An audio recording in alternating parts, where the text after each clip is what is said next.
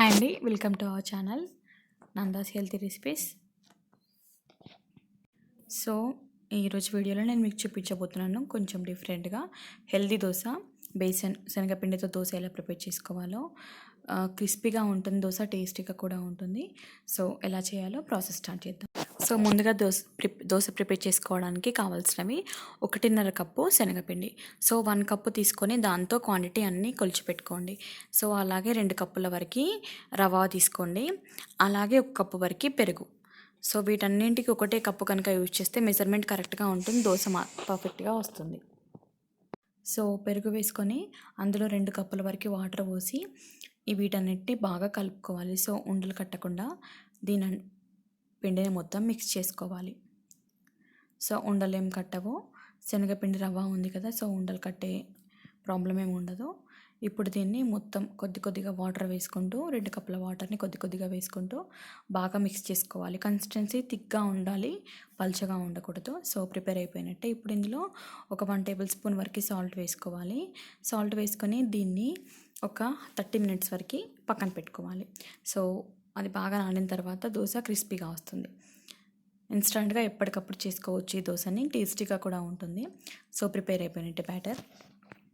So half an hour తర్వాత దోశ, పెరుగు ఇంకా రవ అన్నీ బాగా నానిపోయి ఇలా ఉంటుంది కన్సిస్టెన్సీ. ఇప్పుడు దోశ ప్రిపేర్ చేసుకుందాం. సో ఇప్పుడు ప్యాన్ హీట్ చేసుకొని అవ్వాలి దోశ వేసుకొని కొన్ని వాటర్ స్ప్రింకిల్ చేసి దాన్ని డ్రై క్లాత్తో ఒకసారి లైట్గా తుడుచుకోవాలి. సో దోశ వేసే ముందు ఆయిల్ వేస్తే కనుక దోశ బటర్ స్ప్రెడ్ అవ్వదు, ముద్దలుగా అవుతుంది.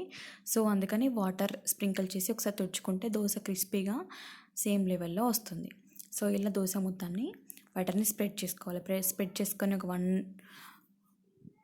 టేబుల్ స్పూన్ ఆయిల్ వేసి దోశ పైన దీన్ని గోల్డెన్ బ్రౌన్ వచ్చే వరకు రోస్ట్ అవ్వనివ్వాలి. సో తర్వాత దీన్ని ఒకసారి కలర్ చేంజ్ అయిందో చూసుకొని దీన్ని ఇలా ఇంకొక వైపు తిప్పుకొని ఒక 1 నిమిషం వరకు దీన్ని కాల్చుకోవాలి. సో కాల్చుకున్న తర్వాత మీరు స్టఫింగ్ లోపల పొటాటో కర్రీ పెట్టుకోవచ్చు, లేదంటే చికెన్తో కూడా తినొచ్చు. సో అలాగే మిగతా బ్యాటర్ని కూడా అలాగే దోశ ప్రిపేర్ చేసుకోవాలి. సో వెట్ క్లాత్తో కనుక ప్యాన్ తుడిస్తే దోశ చాలా బాగా వస్తుంది. సో ఇలా దోశ ప్రిపేర్ చేసుకోవాలి. సో 2 వైపులా గోల్డెన్ బ్రౌన్ వచ్చే వరకు కాల్చుకోవాలి. సో మనం రెగ్యులర్గా వేసే దోశ కంటే ఇది చాలా టేస్ట్ డిఫరెంట్గా ఉంటుంది కొద్దిగా. సో ప్రిపేర్ అయిపోయినట్టే దోశ కూడా. సో ఇదండి ఈరోజు రెసిపీ, శనగపిండి దోశ, బేసన్ దోశ. చాలా క్రిస్పీగా ఉంటుంది, చాలా టేస్టీ కూడా. అండ్ దీనికి కాంబినేషన్గా మీరు పొటాటో కర్రీ యూజ్ చేయొచ్చు, పీనట్ చట్నీ లేకపోతే గ్రీన్ చట్నీ, ఇవేదైనా కాంబినేషన్ బాగుంటుంది.